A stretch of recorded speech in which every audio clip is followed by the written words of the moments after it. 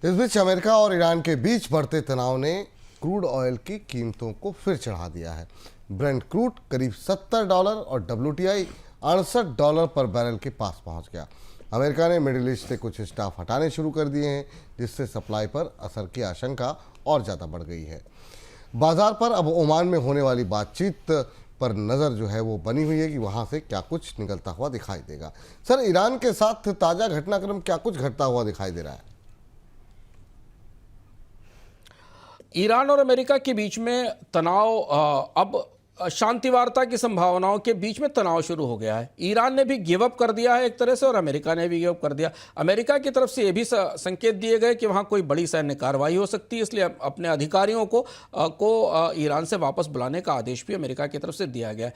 Israel लगातार ये कहता रहा है कि वो ईरान के परमाणु ठिकानों पर हमला करेगा। 2 हफ्ते पहले रूस ने भी इस बात की चेतावनी दी थी कि इजराइल और ईरान के बीच में एक टकराव हो सकता है। डोनाल्ड ट्रंप ने 3 दिन पहले कहा था कि उन्होंने मार्च में ईरान को अपने नाभिकीय कार्यक्रम को ठीक ठाक करने की चेतावनी दी थी, और वो समय सीमा अब बाहर हो गई है और इस स्थिति में ईरान पर कार्रवाई की जा सकती है। इसलिए ज़्यादा डर है, इसलिए ज़्यादा आशंका है, क्योंकि ईरान और अमेरिका के रिश्ते बेहद तनावपूर्ण हैं। ईरान की न्यूक्लियर क्राइसिस को एक लंबा समय हो गया है।